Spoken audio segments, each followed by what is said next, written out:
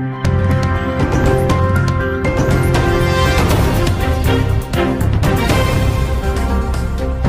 Jungle.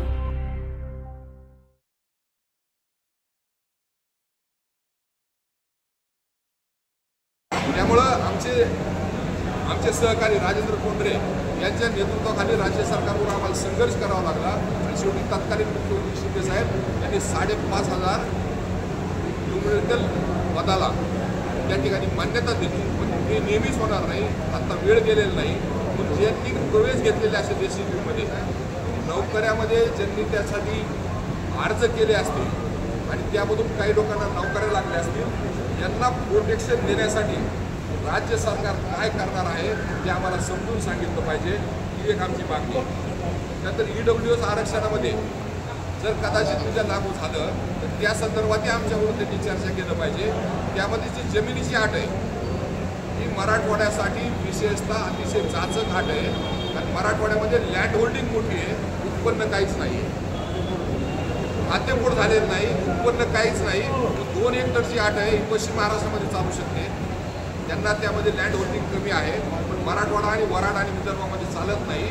म्हणून या संदर्भात राज्य सरकारनं तातडीने निर्णय घेतला पाहिजे आणि लँड होल्डिंगची जी अट आहे सरसकट काढून घेतली पाहिजे. ही एक आमची मागणी आहे.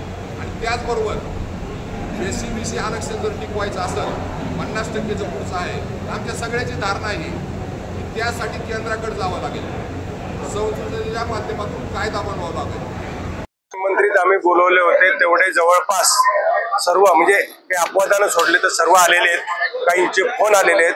कोळशे पाटलांचा फोन आला होता की त्यांचा वाढदिवस असल्यामुळे प्रोग्राम असल्यामुळे त्यांना येता आलं नाही.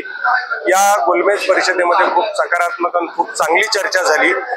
मराठा समाजाला 2 सप्टेंबरच्या JRनं फसवलं गेलं हे हा निष्कर्ष निघाला. त्यानुसार विखे पाटील असतील, फडणवीस असतील यांची भेट घेऊन त्यांना आम्ही काही जबाब विचारणार आहे आणि ते 5-6 नावं आम्ही त्यांच्याकडे देणार आहोत की हे यांच्या कुणबी नोंदी नाहीत, यांचे प्रमाणपत्र तुम्ही काढून देणार आहात का, आणि 1 महिन्यात तुम्ही ते काढून द्यावेत आणि दुसऱ्या 1 महिन्यात तुम्ही त्याची व्हॅलिडिटी करून द्यावी. आणि जर तुम्ही हे केलं नाही तर तुम्ही जाहीर माफी मागावी, अन्यथा आम्ही लोणीला आम्ही सगळे मिळून आंदोलन करणार आहोत. या परिषदेमध्ये मराठा समाजाला संविधानिक मार्गाने कसं आरक्षण मिळेल आणि आपल्याला कशा पद्धतीने पुढे जाता येईल यावर सविस्तर चर्चा झाली. हा JR टिकणार नाही किंवा टिकणार म्हणजे या JR मधून काही मिळणार नाही. मराठा समाजाला आरक्षण मिळायचं असेल तर 10% SC-BC जे आरक्षण दिलेलं आहे त्याला OBCचं स्टेटस द्यावं, ते टिकवावं, अमेंडमेंट करावी. आणि दुसरी पुढची गोष्ट अशी आहे की जातनीय जनगणना 2-3 वर्षात होणार आहे.